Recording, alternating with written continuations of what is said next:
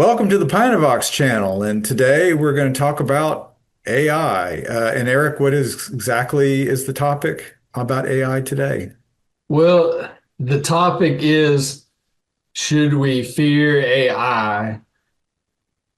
Oh no! Because there's like so much controversy going on right now about AI, and there's like one side that's is just real enthralled with all the different capabilities of AI and how wonderful it is, and how you can create.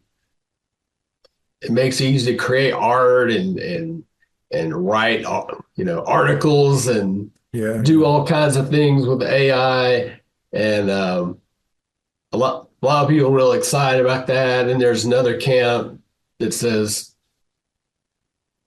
AI is going to take all the jobs, and you Mhm. know I I I kind of fall more into the second camp, like guys, let's be, we need, this is sure is great and everything, but we need to be careful what we're doing here Mhm. and make sure, like all the people don't end up homeless and on the street you know, because of this huge corporate rush to switch everything over to AI as fast as they can. It's like, Mhm. Mhm. in fact, I did a little research, and I typed into the Bing search engine. Mhm. Uh, I did a search and I said, "Does AI cause unemployment?" And the answer it gave me was, and this was their AI answer to that question. They said, in July alone, rising adoption of generative AI technology by private employers accounted for more than 10,000 job cuts, according to a report released this week by Challenger Gray and Christmas. The outplacement firm lists AI as one of the top five factors contributing to job losses in 2025. So Mhm. I thought that was impressive because I was thinking, since I was asking AI, it kind of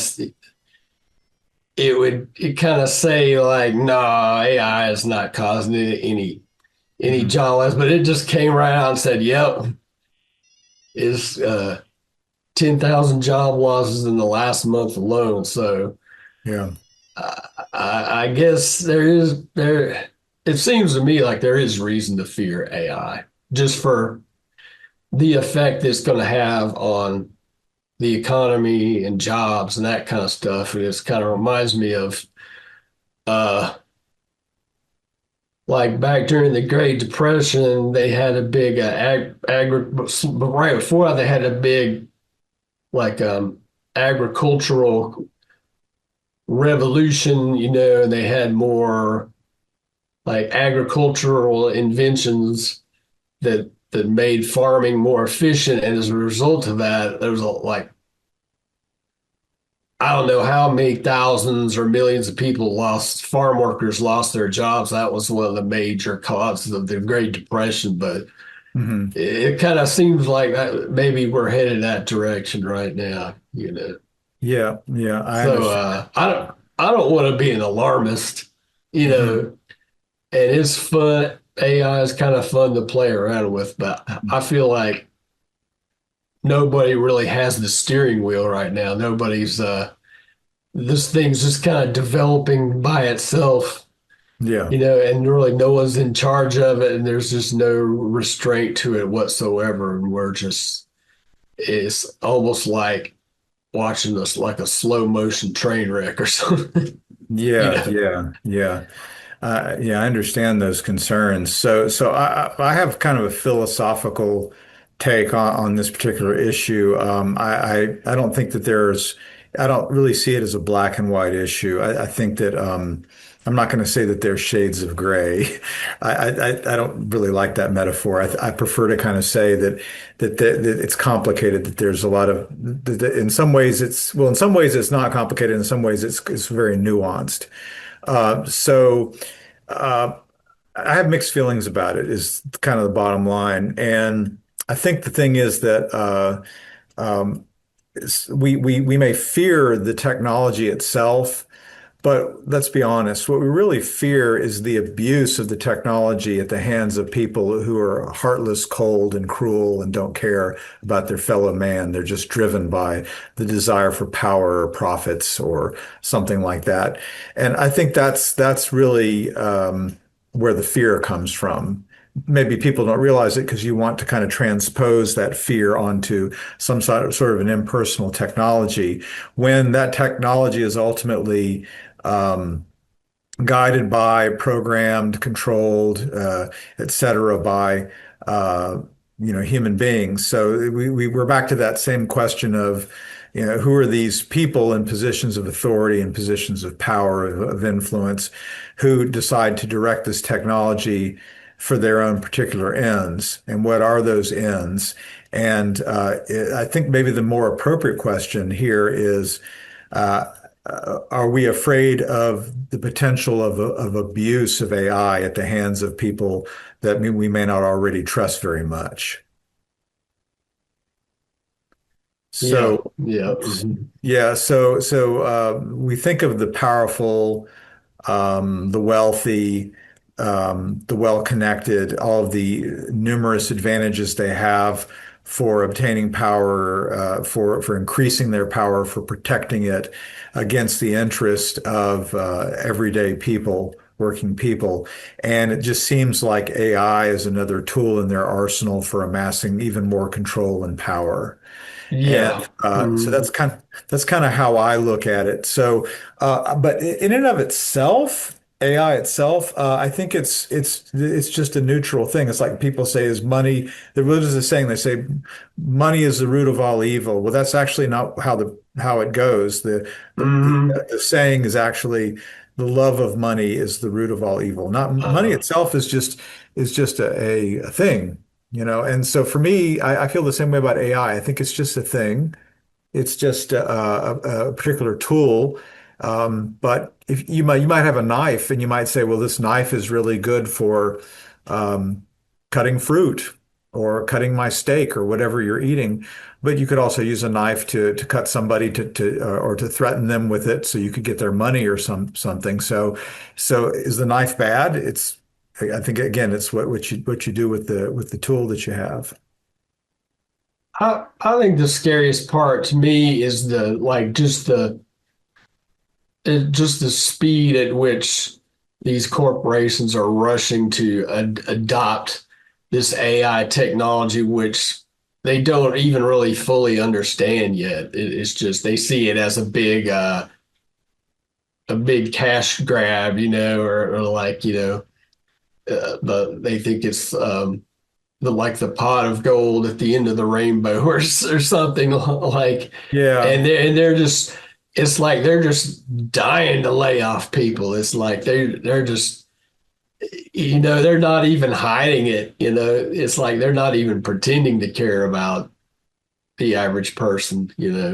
There's That's the scariest part about it to me. I don't think AI is gonna become sentient tomorrow and try to take over the world like um, the Terminator or anything. I think that's something like that is like a yeah, hundred years away, or or not, maybe never, but yeah, maybe never. yeah, But I don't agree with that either. Yeah, getting to your point though, I think that you bring up an economic reality that even a person who's not an expert in economics can easily understand, and that is, let me go back to a very common example. It's very good for illustrating this point. I'm not a big fan of Henry Ford, the founder of Ford Motor Company. Uh, so I'm not saying this to praise him, but even he was able to understand a very simple economic principle, which is that if your workers who make your product can afford it, then they can become buyers of your product, and then the money that you pay them actually goes back into the company if they buy your product. Right, So right. this is, Captain Obvious here. This is not a hard thing to understand. But Right. but he was making cars, and he said, I need to bring the price of this car down as much as possible so that more people can buy it. And at the same time, he said, my competitors are paying their workers $1 a day. I need to pay my workers $5 a day. And that would have seemed completely insane. And they said, why are you paying your workers $5 a day? And he says, because if I do, then they can afford to buy this car and they will buy it. And they did. So in other words, he was getting his money back, you know. Right, yeah. Uh, and That's the part that people have totally forgotten yeah, is that, you know, if you embrace this technology that's going to put all the people out of work, then who's going to buy the products and services that these companies sell? You know? it's like a snake eating its own tail. It Yeah. gets to the point where there's nothing left. And then if all the money is suctioned up to the top, and then nobody at the bottom has any spending power, then the whole thing collapses because then there's nothing to sustain. I mean, there's no market to purchase what you're producing anymore because you've taken all the money out of the pockets of the people who are using the services or buying the products. So, I Hmm. mean, what's left? Um, Yeah. it, It just kind of feels like we're headed in the wrong direction, you know, like just yeah. kind of flirting with disaster.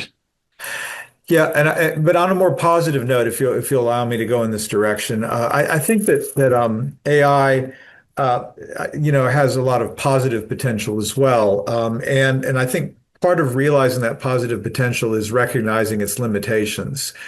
So, I mean, I hear certain songs that are created by AI, certain videos and things, and people, I mean, people in general, I think we've all gotten pretty good at recognizing this stuff very quickly. We can just, oh, that's definitely AI. Oh, that voice, that's definitely AI. Or that image, Yeah. or that whatever. So the thing is, there was a period of maybe a month or two when people could be fooled, but not anymore. I think most people are able to Yeah. identify it almost immediately. I think there's going to be a limitation to how good AI can fake people out because there's something about the human brain that's able to detect something that's off. It's just kind of, I you know, think so too. yeah, Yeah. yeah, That reminds me of there's this YouTube channel I watch sometimes. It's kind of like a political channel, but the guy that runs that channel, he's gone completely AI with all his thumbnails, and he does these just ridiculous, silly AI thumbnails, and it's always some politician making this real crazy face expression, like, right. And you can absolutely just tell it's AI just because the faces look so ridiculous in all the thumbnails, and I'm just thinking, come on, dude, just ease up a little bit on the crazy AI stuff a little bit. You know? yeah, and there are limitations also, and more simple things too, like somewhat it's maybe simpler in terms of the amount of data involved. But the writing, for example, when you ask AI to generate a little paragraph for you or something, and there's something about the tone of the writing that immediately you can identify it as AI based writing. Yeah, I know And what you're talking about. and it's not that it's bad writing. Oftentimes it's quite good, but but Yeah. but the AI tends to be really good for writing, doing summaries of information or analyzing things. Kind of present. Hmm. It's like AI saying, "Here you are, master. I have a report for you. Here's all the information that you wanted." And it's like in terms of facts and necessary stuff, it's quite good at summarizing and stuff like that. But does it have any real creativity or spark or Yeah. human insight? Not so much. No. Yeah. Not a lot of humor in the AI writing either. No, it's not. Humor is like, I think, going to be impossible for AI. I really do. Yeah. It's just, Maybe one day, I don't know, but yeah, right yeah. now it's not there yet. And That's what we're here for. yeah, yeah. Well, we hope you think we're funny. Maybe sometimes we're funny when we don't mean to be, and sometimes when we try to be, we're not so funny. So maybe who knows? That's Whatever makes right. you laugh, we're good with that. But anyway, you can even laugh when we're trying to be serious. That works too. But I was going to make one more point about AI. I can't remember it anymore, but That's all maybe. right. Maybe that's enough on that topic. I just don't, but just kind of we can summarize the discussion. I don't think it's going to take over the world anytime soon. Also, yeah, now I remember what I was going to say. I think that a lot of hype associated with AI is from people who are really trying to get investment. A lot of startup companies. A lot of companies want you to pour your investment money into it. So of course they want to paint it as this incredibly powerful, incredibly effective tool. And a lot of people want to lay off their workers so they can maximize their profits with it. And then they're finding out, ooh, this isn't working so well. Uh, Yeah, right. so I think the pendulum is due to swing back way in the other direction to where Yeah, I think people. so. Mhm, It's yeah, kind of like with the internet bubble when yeah. they thought these internet sites were going to put all the brick and mortar stores out of business, and it Mm. did put some of them out of business, but we still have plenty of Well, yeah. brick and mortar stores. It was just I'm kind of glad that it worked out that way. Yeah, yeah, me too. Yeah, I think it's been overhyped, and I think there's some understandably some backlash due. But that's another topic that I think we ought to visit one day is the continual downsizing of the job market. The fact that more and more people have been told that their services are no longer needed for whatever reason, and it's kind of like the unemployment rate doesn't really give you a good idea of that trend that's going on among in the United States, well, and worldwide too, as people get displaced by technology. So it kind of begs the question, what is our future as working people in global society going forward? Yeah. Something worth looking at. And what are some Hmm. alternative ways of living, for example? Do we maybe we don't need to be so focused on the rat race. Maybe there's other ways that we can live our lives. Right, right.